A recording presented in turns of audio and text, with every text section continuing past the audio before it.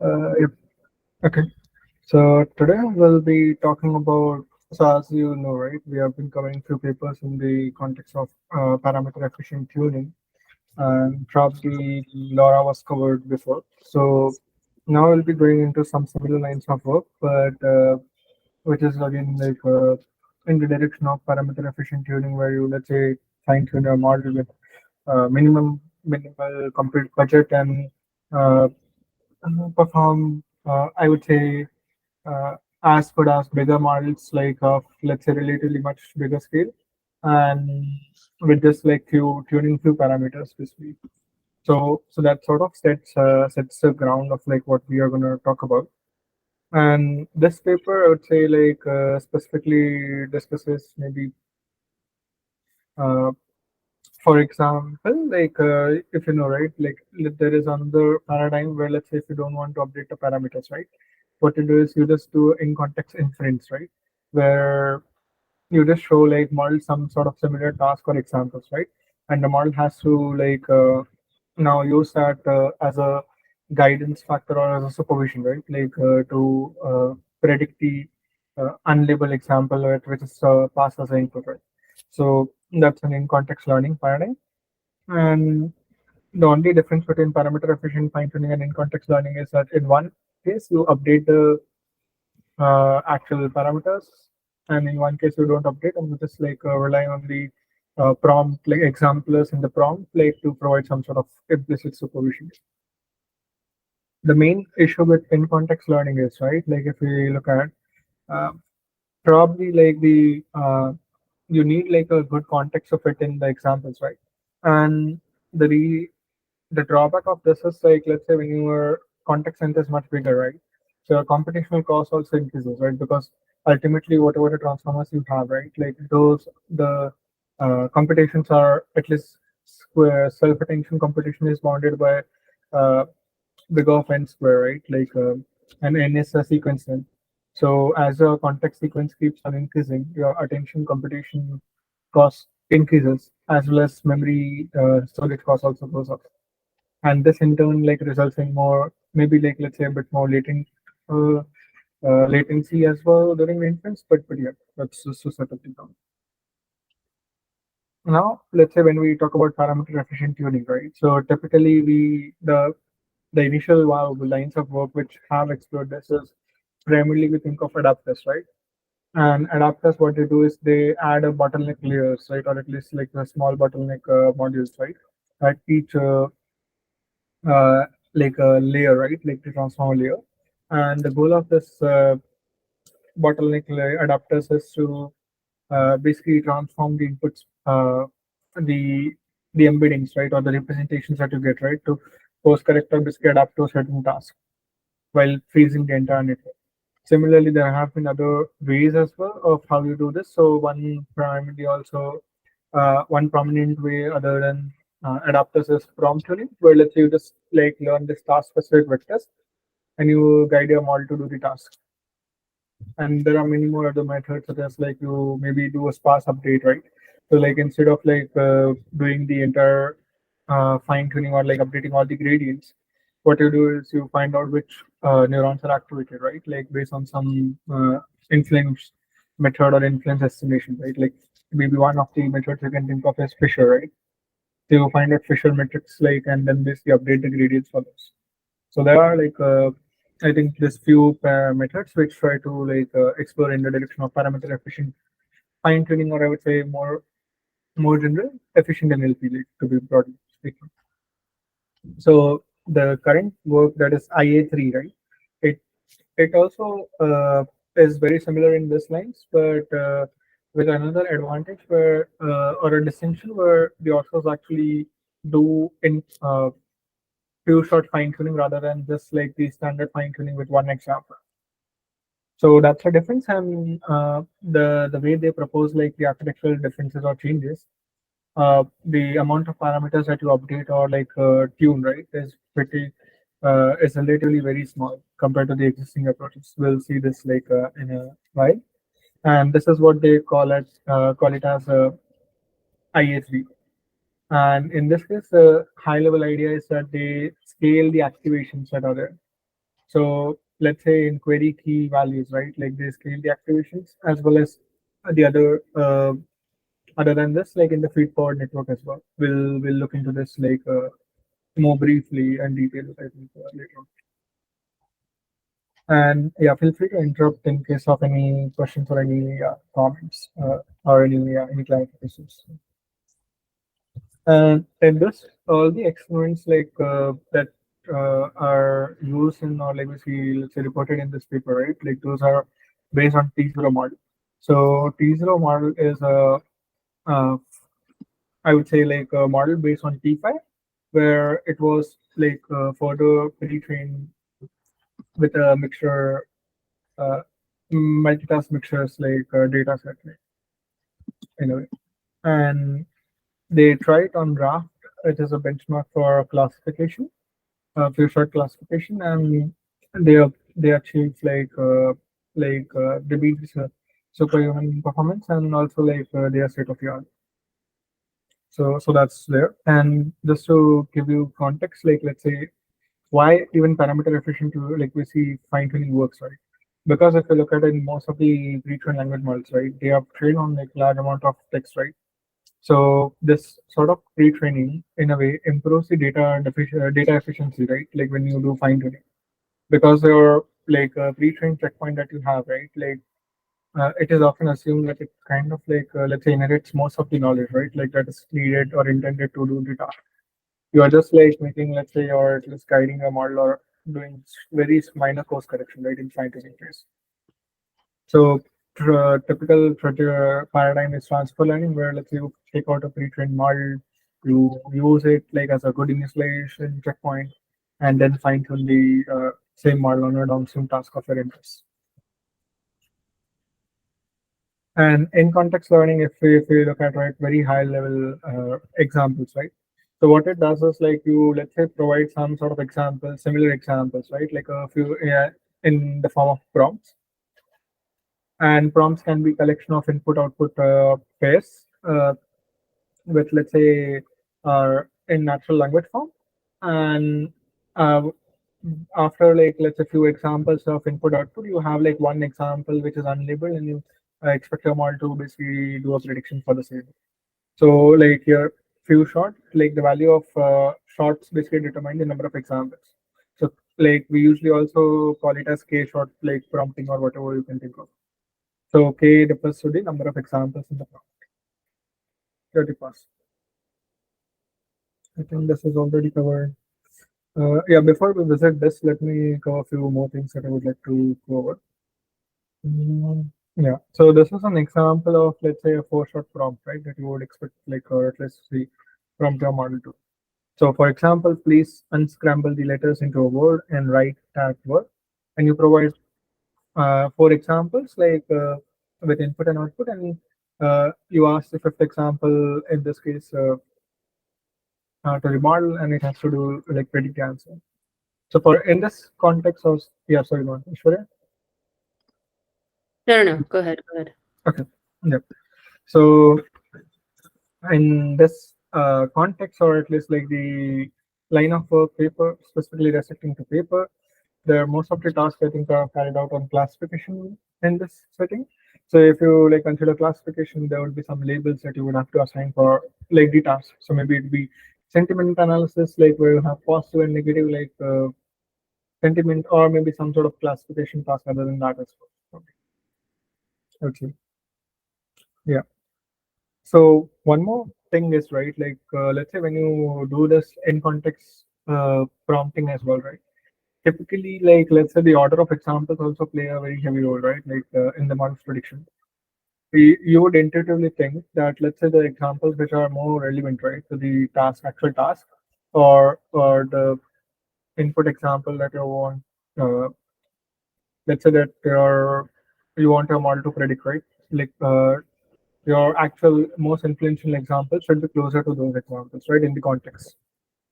So there are just like varying results across like based on the ordering of the examples as well. You can refer the paper as well for more details in the actual paper.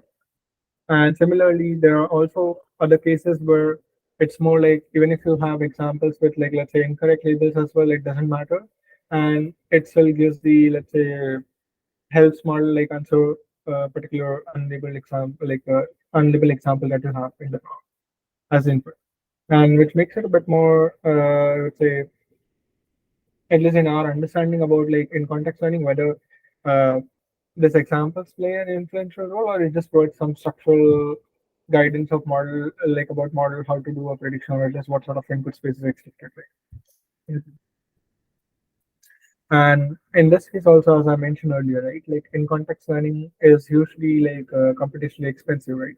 So for, let's say, certain classes of model, right, like basically this is specific to decoder only models, I would say, where let's say the decoder only model has a causal mask, right?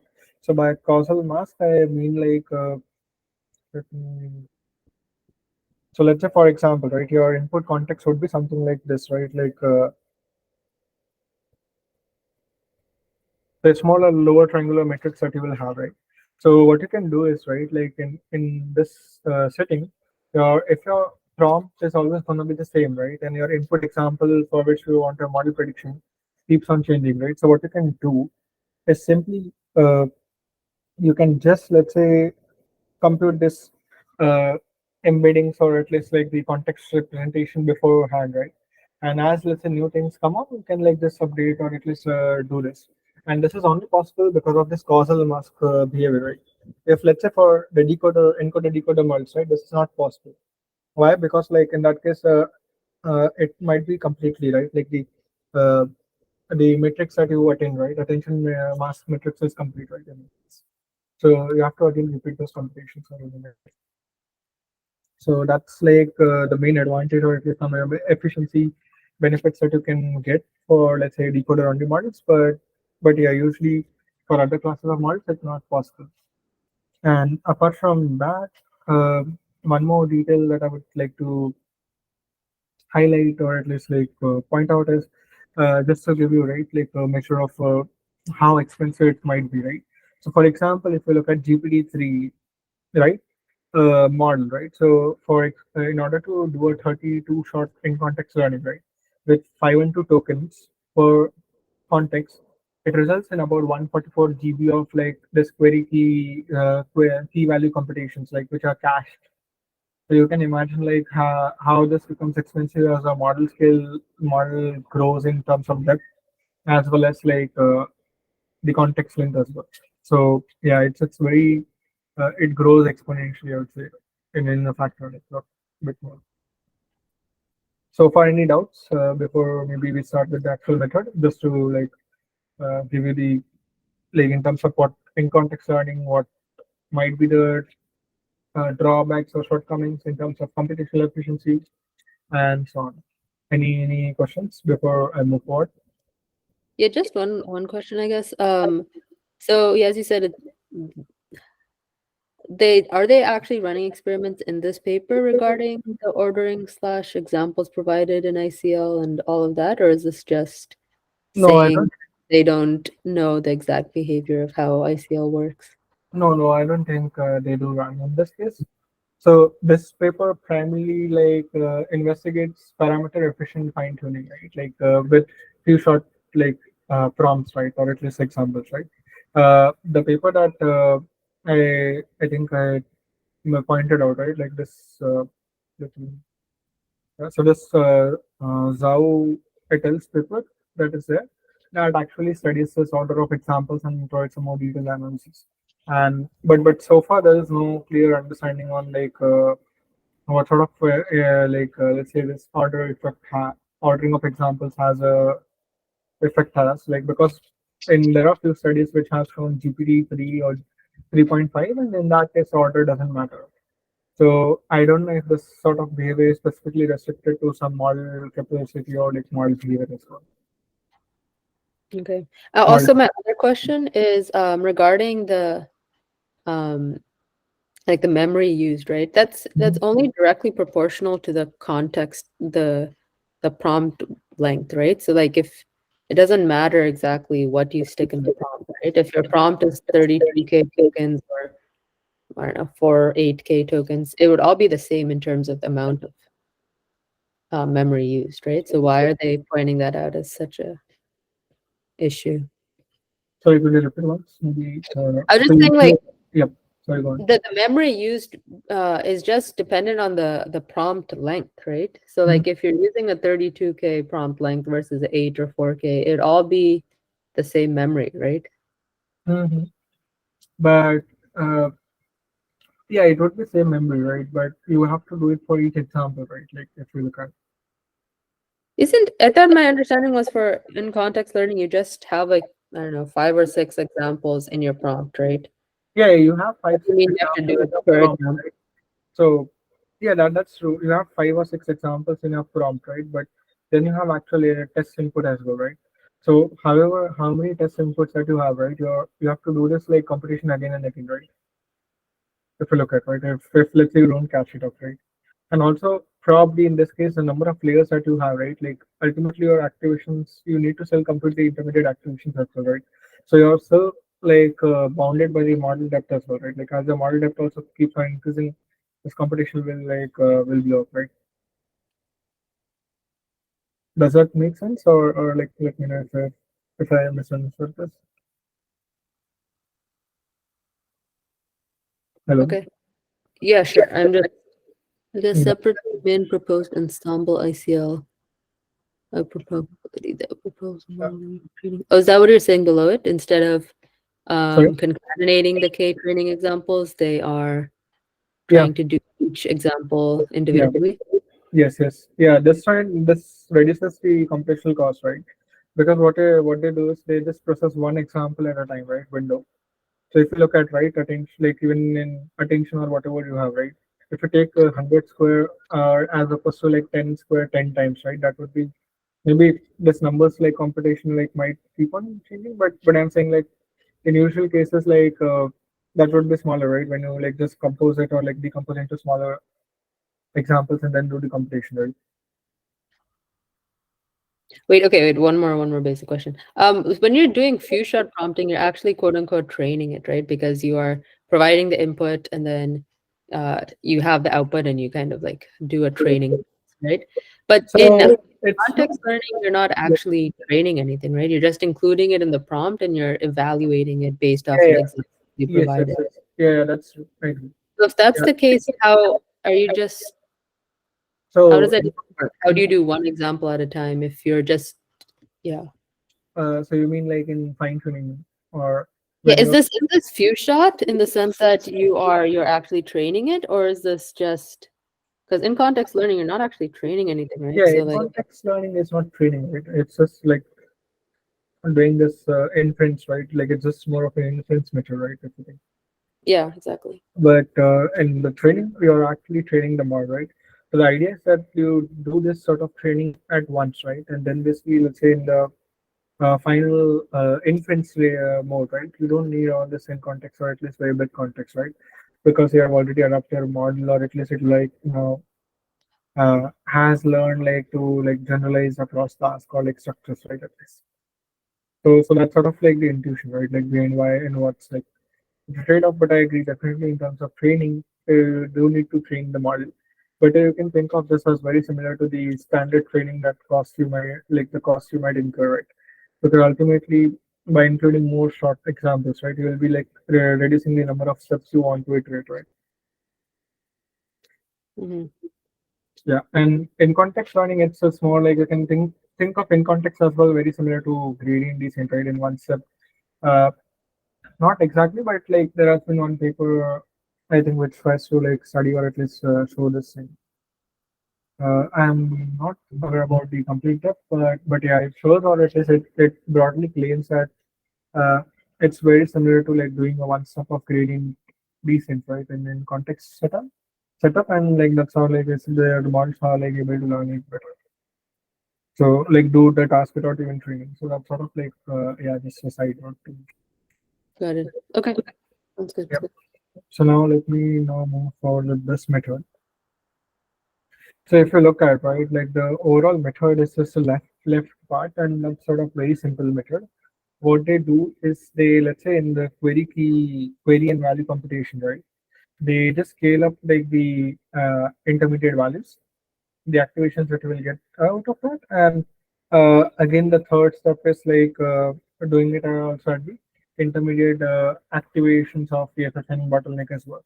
So probably in this case, there are these three things that you just need: one, two, three.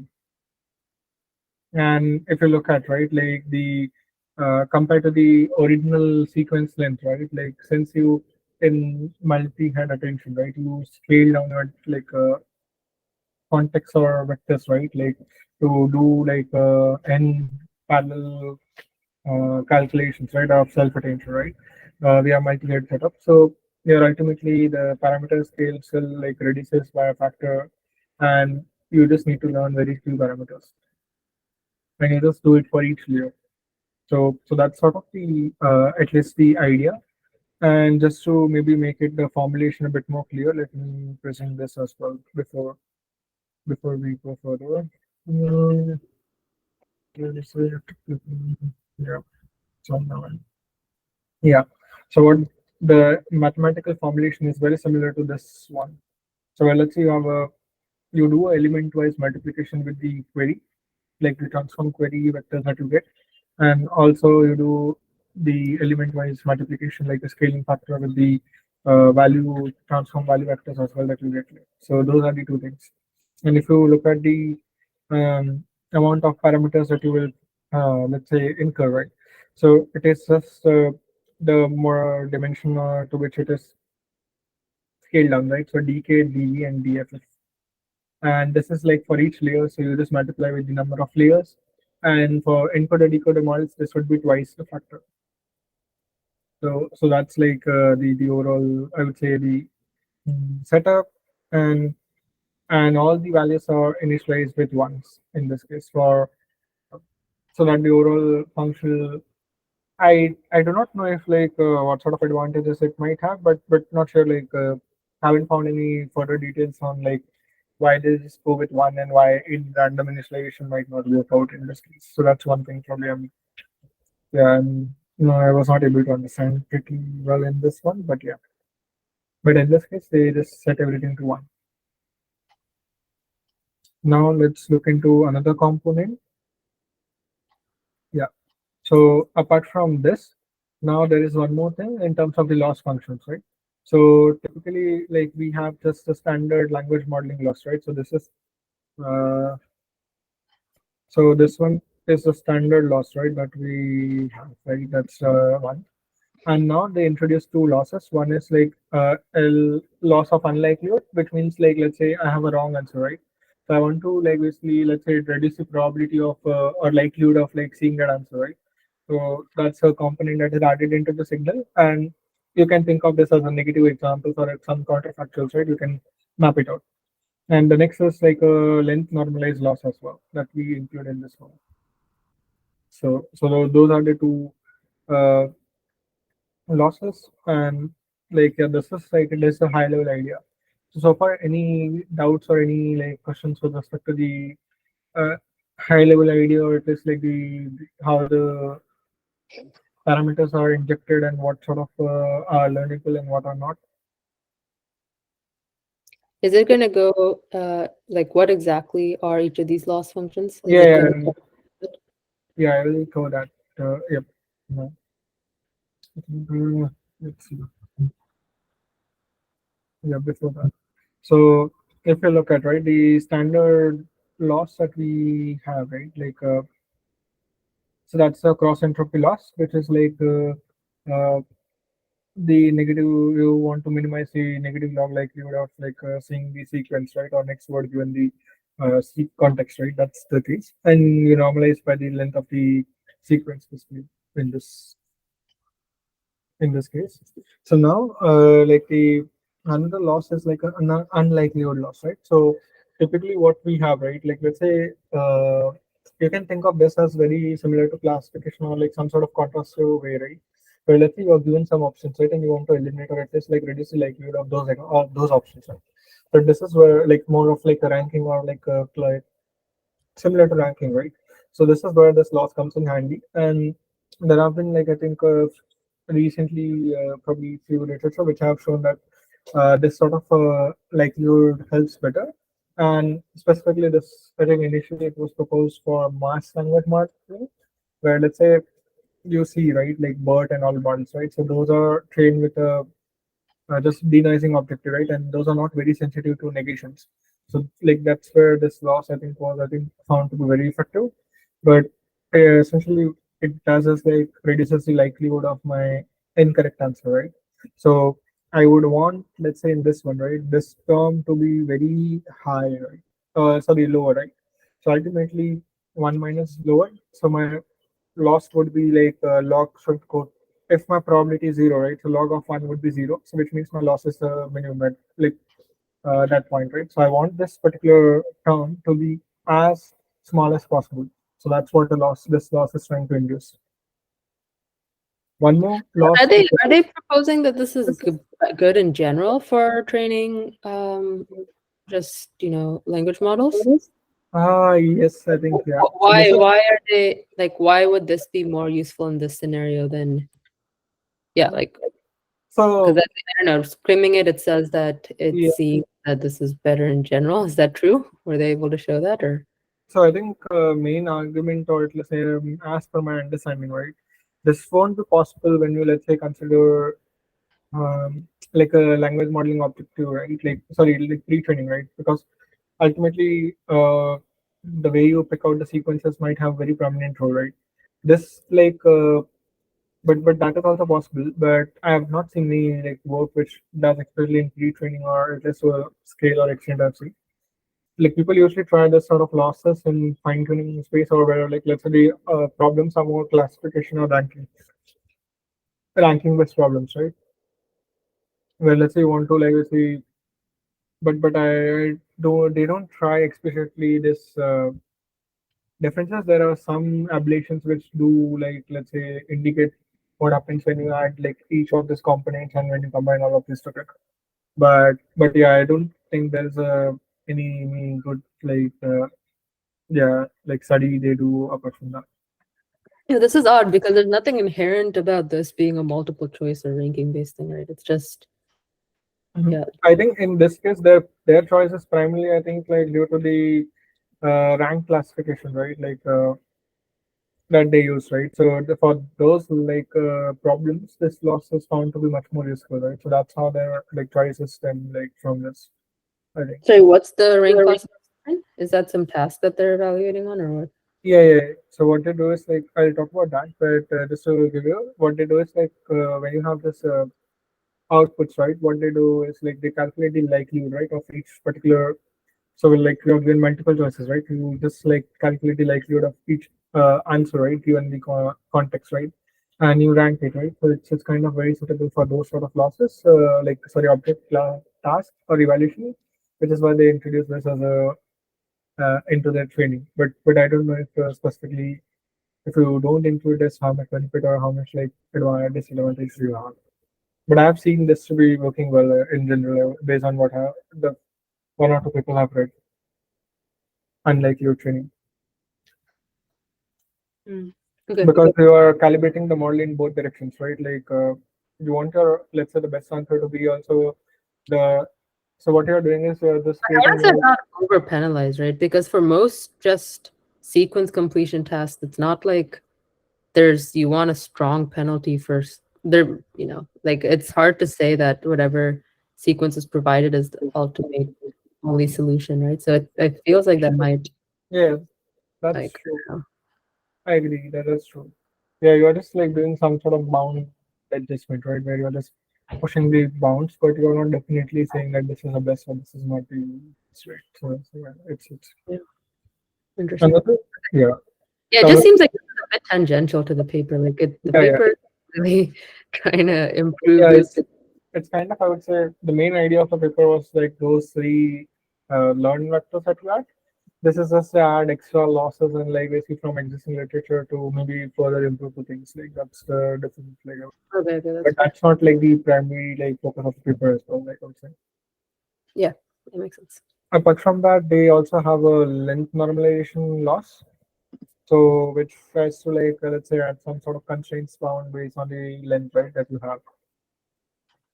So that's the case, and this is the like formulation, right? So what you do is like you calculate the log likelihood, and once you have the log likelihood of like let's say your sequence, right, given in the context, then you just normalize over all the other possible options, and yeah, and like basically want your correct answer to have the maximum length normalized log probability. So that's the objective. But yeah, this is more of I would say borrowed from existing literature. So yeah, not like primary focus or at least like the this is also choices that they have made. I would say. Apart from that, now um, Can you uh, also cover the vectors one more time? I had a few more questions on that. yeah,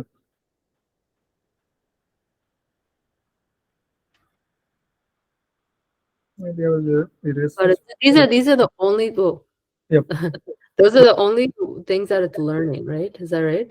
Yeah, those are the only things that is. Learning these L, K, V, and Yep, that's the only thing that is learned. The rest of the parameters of frozen when you find you, mm, and this is replicated n times for each and every layer. got it. Okay. Um, So maybe we'll move forward. Yep, sorry, any question? good. Okay. Yeah. So now, just to yeah. So in this particular example, experiments, they use the same data set that was used for let's say P0 training. So the base model that they use. So that is a public pool of prompts like P3 dataset. And in this case, it's a text-to-text format dataset where let's say you have some examples as well as the task description of prompt templates, right? And what you do is you just swap out the examples into those prompt templates. That's a difference, I would say. Apart from this, uh, yeah, so these are the evaluation tasks that were there for T0, such as COPA. All of these are more of a, I would say, like a classification or a multiple choice task where it requires some sort of like this, like discriminative task, I would say. But no, nothing is like more of a generative task like that they evaluate from in the T0 paper. So like HelaSwag, story close, ANLI, and so on, many more tasks. Similarly, since like this task are already evaluated, right, on T0, right? Uh, so like from a held out set, right? So in this case, you should also try out or at least do report the numbers on the task which is completely unseen for T0 model, which is like the rough benchmark. It's a benchmark collection of unseen real world few shot classification tasks with no validation and held out set. So that's a way. And in this one for fine tuning, the examples so they typically use 20 to 70 examples in prompt when they fine tune the mod. So that's idea. Apart from that, some other details they use the prompt template same as P3, and they carry out the fine tuning for 1,000 steps with a batch size of 8. Since your context length grows by a lot, right? So you cannot process like more examples due to GPU memory bounds in this. So here they stick to it. And yeah, and for evaluation, they calculate the rank classification, which is nothing but the log probability of possible labels, right? That you have, and you just rank out the choices, right? So higher the value, the correct answer. So your correct answer should get the highest value or ranking, like in this case. So this is all about the setup. And now let's see. Yeah. So these are two important plots or at least figures which will give you like the idea about the efficiency. So let's say, for example, right, the number of parameters figure 2, right, like on the left shows the uh, trade-off between the accuracy as well as the number of parameters that you update, right? So if you look at most of the work, right, as you keep on updating more parameters, your like performance goes up, right? It's more of, I would say, like the standard curve would be more into the linear, right? Ideal curve like that you would think about, right? But if you look at into the few literature, right? Example LoRa that we saw last week, right? So this LoRa one as let's say it shows a nearly linear trend, but when you look at the PFT, right, the IHD measure, right?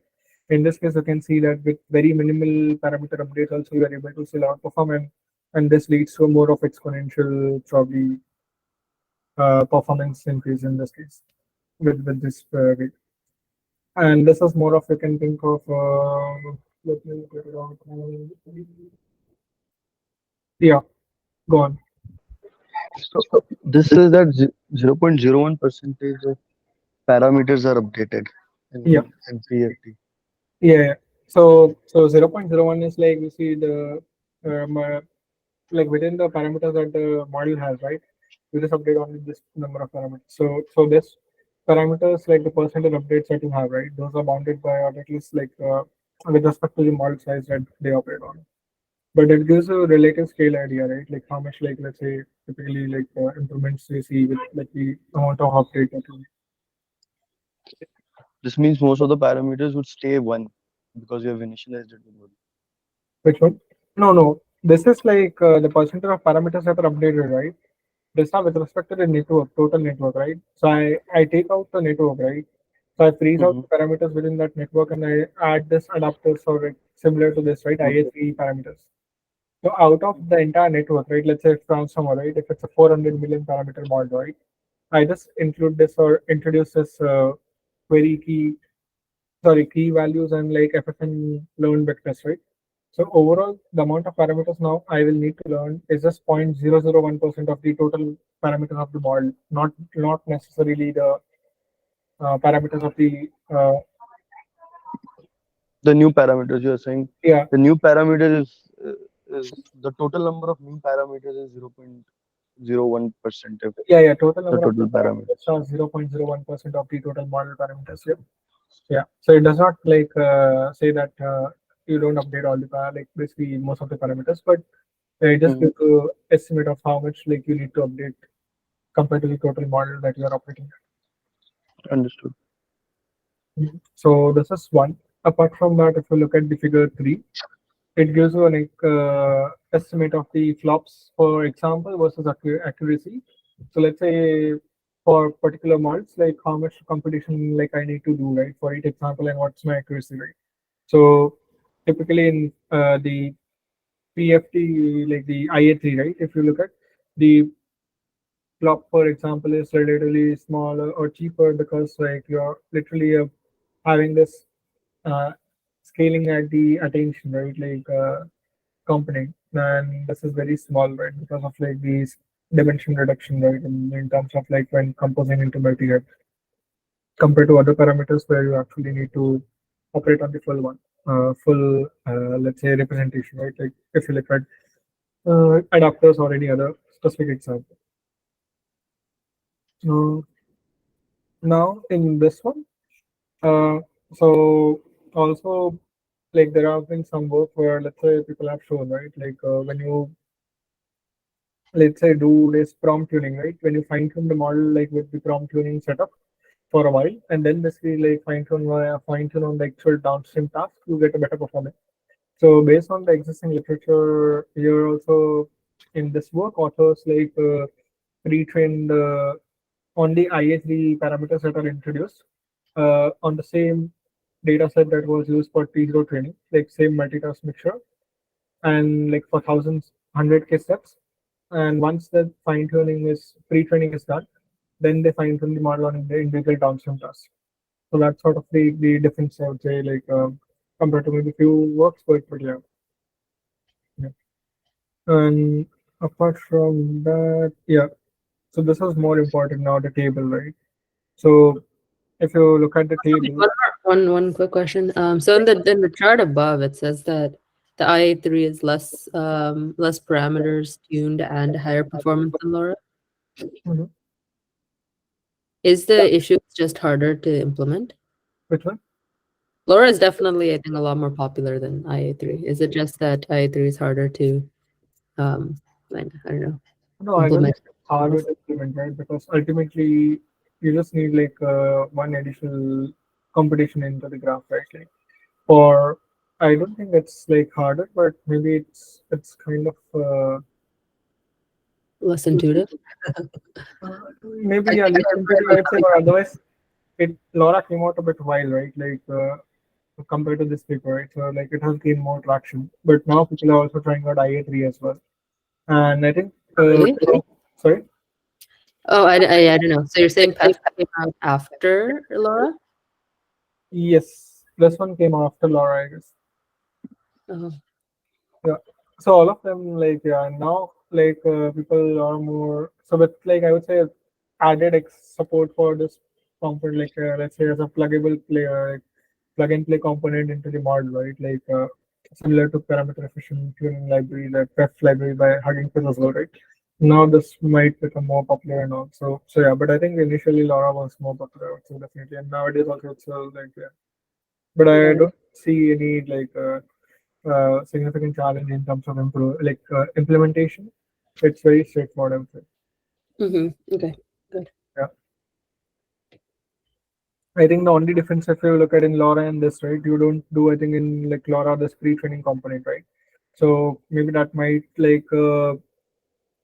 I'm not sure if there's like a good evidence on whether let's say how does this work without pre-training. So if that's case, like then people might even like maybe that's sort of one reason why they people have not adopted or much on like compared to LoRa. But yeah. Yep. So now if we look at this tables, right? So this tables are so the left table shows the performance on the T0 task, like what is the accuracy, like the held out task set other. And in this case, I think the accuracy reported is the average accuracy across tasks. If you look at the top right, like that is this one. Uh, in this case, if you see right, like with let's say a relatively minimal what I would say training. Definitely, it incurs some sort of training flops, but later on in the inference, if you look at the flop cost is relatively much lower, and this space also your storage computation is not very high, and you get like really good performance. So if you want to like let's say it is a good method as a one-time substitute, right? Like where you let's say do find retraining at the start, but later on you can just get away with this like in a much cheaper way. And yeah, so like overall the numbers are better than the other methods models I would say like T0 T5 plus LM and GPT models as well. And similarly on the right side as well, this is on the rail data set. That's a classification data set. And if you look at here also the numbers are relatively better in this case, indicating the efficacy of the method as well. And overall the amount of parameters or at least inference also flop cost is very cheaper or at least relatively negligible. So yeah, this is a more viable method and like maybe why we should consider this as well. So this is one. And yeah, any questions before we like okay. So apart from this, like there is some explanation about the flop cost. So let's say for they use Kaplan's like scaling laws, I think for flop cost, probably flops per token. And they, in this case, all of this, for decoder models, if you look at, right, the number of parameters are n. So which means like they typically use 2n flops based on the paper like proposed by Kaplan. And similarly 6n flops like per token for training. But when it comes to encoder decoder, your if you look, it's a parameter sharing. So your parameters get divided right across encoder and decoder, right? So essentially, at each module, you are operating in basically n by two parameters, right? So all of your computation also like goes down, right? Like or at least becomes half. So which shows that like and also is reflective of the actual numbers as well. So yeah, that's this in terms of the compute uh, flops or efficiency. And I think probably that's the main idea of the paper. There are definitely some more experiments where, let's say, this is one, right? Like, well, let's say you have different objectives, right? Like unlikelihood objective, length normalized objective, and together, right? Sort of what advantages do you get compared to the other one? And if you look at, right, like, it's not necessarily true that you would incur like let's say you would get like good performance with unlikelihood objective always. If you look at like typically layer norm has turned out to be comparatively better in every case, or at least relatively on average. But in some cases, you see that there are like very significant drops, right? And in this one as well. So yeah, I would say on average, we just like then go with the both of the objectives. Like that's yeah, about the different objectives and like all about the paper as well. Any questions? Any yeah, comments or anything?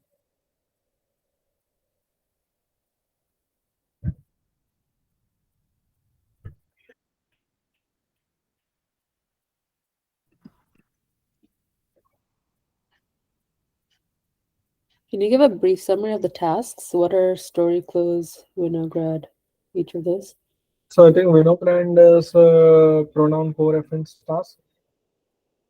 Is it what? Uh, Pronoun dereference? yeah, pronoun yeah reference one co-reference resolution basically. So well, let's say you're given some like what do I mean like a task or at least some context, right? And you see a pronoun, right? You have to enter like what sort of like refers to which one. It's just similar to that. Popeye is a choice of plausible answers. I think it's a common sense reasoning task where, let's say, you are given multiple choices, right? And you have to predict, I think, if I remember that correctly, that's one. Hellaswag, let me check once. I'm not sure about that. Story closes also like, let's say, you are given some like context of thing, right? You have to basically find out which one is a more plausible story or at least situation for like the current one as well. So all of these are more multiple choice, but like given the possible options, right? You have to choose out which one is a more plausible one. Maybe that's why there are other kind of what's it called, unlikelihood thing Yeah, yeah, makes sense. that's, It's it helps probably. Yeah, I agree on that. I mean, I think it would probably make sense for multiple choice, but for other things, I can't. Yeah, that's true. So I think those are like is the yeah, this particular. But I think in this one, the major what do I say? Let's say the experiments are more focused or at least like restricted to discriminative tasks. It would be interesting to see how this method tends to pair up when in case of a generative task, because like in typical NLP, right, like you would expect your model to generalize or at least like more exposed to problems of like generative AI, right? So which like yeah, so that's something like I I'm not sure how it like there is no experiments to uh, for the same, but yeah, but it would be interesting to see how that works.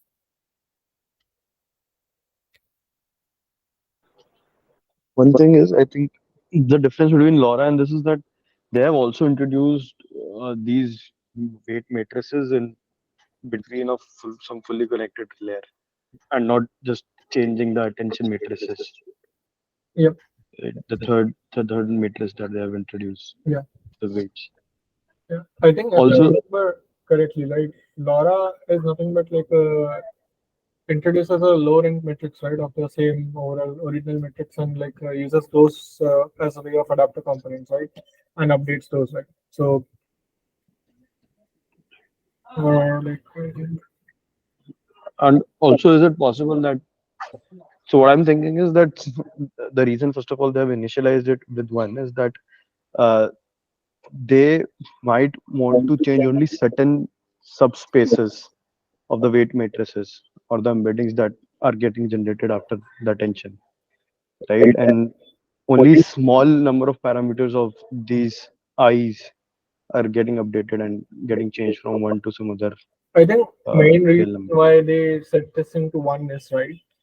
Probably, I think like so by setting this to one, right, you are making overall, let's say, component like similar to the original thing, right, the computation, right, because you are like not changing nothing, right. At least the overall formulation or at least weight stays the same, right, and then basically Right. tune the parameters, right. So I think that's like the reason why they go with one. But yeah, because I think yeah, apart from that, I do not think like any other I don't think any other like maybe reason or at least like the things that they mentioned in the paper as well, like why that decision of price was made. So, Yeah, Understood. but yeah, that's sort of I would say Do they say anything about the dimensional sizes of each of these? so this one would be bounded by the model size, model's query dimension, right? Or like key dimension and the value dimension, right? So, Okay, I got it. So it's the so same. I see. The yeah, same dimensions of those vectors and the yeah, intention. same dimensions of those And vectors. it's just literally one vector. Is Yeah, that it's just one vector, yeah, and they just broadcast it, right? Like you just broadcast the same vector, like for each example. interesting? And that's enough. That's so funny. Yeah, yeah, it is why the parameter cost is really, really low. I see. Hmm. Did they do anything about trying to understand what exactly these uh so did they freeze everything else? They just tune these, and do they no do any analysis on what these few vectors are actually learning, or I don't think they do any analysis of that nature right now in the paper, but if you think right, this is just a 1D matrix, right? So overall, I do not know if it would be informative or not, right? Because in 2D matrix are things that you have, right? You see some sort of like patterns or some things, right? But I don't know. I don't think they have tried anything in this one, like to see which ones, what sort of patterns are getting activated or what. mm, okay. Like this one, all this, I think the ones that you mentioned, right? Those sort of analysis, I think I believe uh, vision, right? It primarily makes sense because you want to know, right? Which sort of like let's say patterns are for image, right? Which ones are being activated or not, right? So at least No, I've like seen it for text too. Sometimes, like I remember we read a paper earlier trying to uh, update facts in GPT or something, and they were able to identify like yeah, which. that was causal tracing, right? Like where you just Yeah, yeah, I think so.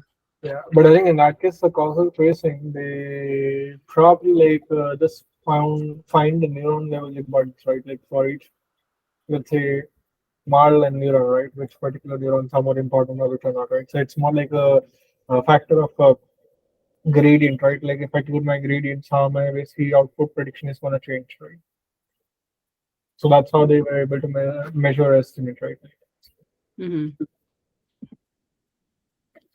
Got it.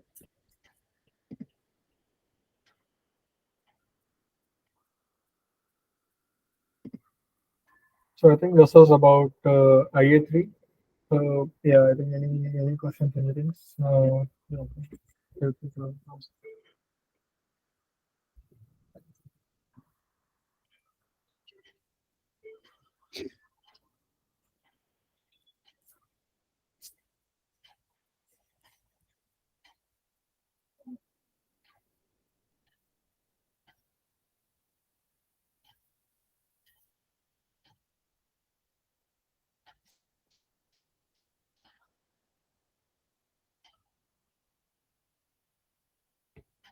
Wait, so the main takeaway here then is just this is better than ICL and it has fewer parameters than LoRa in order to do few shot kind of training on these models. Yes and no. I would say a couple of like because ICL is also still well known, right? Like I'm not sure how the coverage still might be, right? Like it would do definitely better. Let's say if you do the setting, right?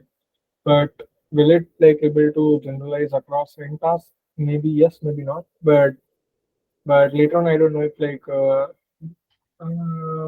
but yeah, in general, I think this would fare up better.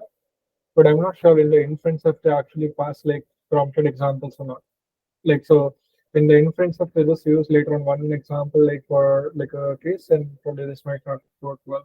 But if it's just doing the same thing, so it's more like you can think of this as very similar to like in context learning plus parameter efficient tuning, right? Together, basically.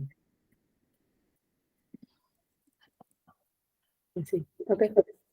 Yeah, but yeah, in general, the take is that in context learning, like this would be better than in context learning in terms of efficiency and like compute, because you just need one time cost, right, to find like if you change the network rather than doing it in times.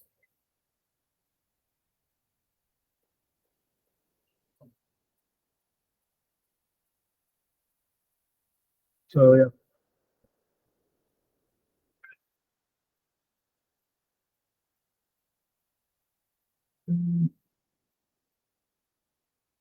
So do we want to like now start presenting the office actually or what do you think? Yeah, I feel like given that it's 10, right? Maybe we should do mine next week. Yeah, that makes sense. Probably we can do that. So maybe Yeah, we'll let's do that because I think share. some of the people dropped and that presentation will take another half an hour. So Yeah, because I think usually like if you want to go into a bit more depth, then I think it yeah, usually no, takes. this is a very interesting paper. So it's good that we spend I'm time on like it. literally surprised at like just the simple way it works very well. Because intuitively it seems that that's what be we are hardly updating anything at least right like it might not work but yeah it's just very minimal way and the idea is very simple I would say like that's I would say main beauty of the idea I would say like simple Mhm. and like so effective. Yeah, yeah. No, I mean, I thought Laura was also very simple, honestly, but Yeah. um, I guess if this is like even, it's not even a paper. Yeah, it's just even like and the weirdest part is no one ever imagined this like before like well, that's just like very Yeah, yeah, yeah. I guess the other thing we could probably do as a follow-up is actually like take a model, use both Laura, use this approach, and compare responses. Um, just kind of like human evaluation. I'm curious, and ICL honestly. Try all three of them. Um, I don't know if there's something that does this. We can check if there's a paper that already just. But it'd also be interesting given that all of these are wrapped already into Hugging Face, right? So are pretty easy to try yourself. Um, I it could think be, that would be interesting. yeah, you can try that. I'll see if I have some time and then maybe you guys could help out. Yeah, that's Cool. Okay. Then I think for next week, we'll get to self-instruct and hopefully by next week we'll actually have code for that. So I wanted to see if I can use self-instruct to teach the model to be good at particular types of conversations. So if we have both of those together, then maybe Akash and I can present that next week, as well as yeah, the self-instruct paper. sorry, could you repeat once, like maybe last point or last. Sorry.